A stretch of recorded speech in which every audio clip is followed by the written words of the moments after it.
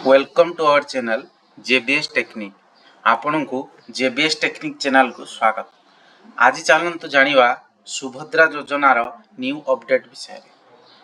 बंधुगण, सुभद्रा योजना को लेकिन सरकार एक न्यू अपडेट आनिचंती। आम ओडिशा सरकारंकर मान्यवर उप मुख्यमंत्री श्रीमती प्रभाती परिडा यह मध्य घोषणा करिसंती खूब शीघ्र आपण मानकु सुभद्रार पंचम किस्ती 5,000 टंका राखी पूर्णिमा दिन मिलवाक जाऊँगी। तेणु जो मानकर आधार बैंक रे सीडिंग होई नहीं सेमाने यथाशीघ्र आधार कार्ड को बैंक रे सीडिंग करनियंतु, अन्यथा आपण मानकर सुभद्रा पैसा पाइबारु आपण वंचित हेबे। तेणु घरे घरे सुभद्रा को आम ओडिशा सरकार समस्तंक हित पाई पहुंचाउचंती एवं यह महिला मानक प्रति एक बहुत बड़ सुविधा सुजोग आनी देछि।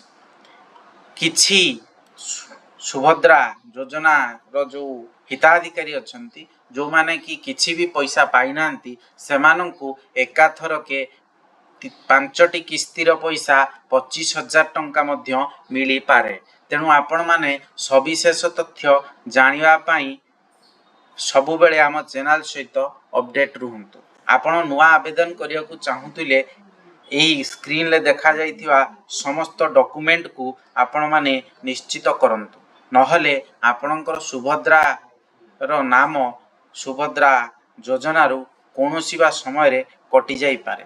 अधिक आपण माने जानिबा पाई आम चैनल ले कमेंट करंतु, लाइक करंतु एवं सब्सक्राइब करंतु। Thanks for watching our channel JBS technique.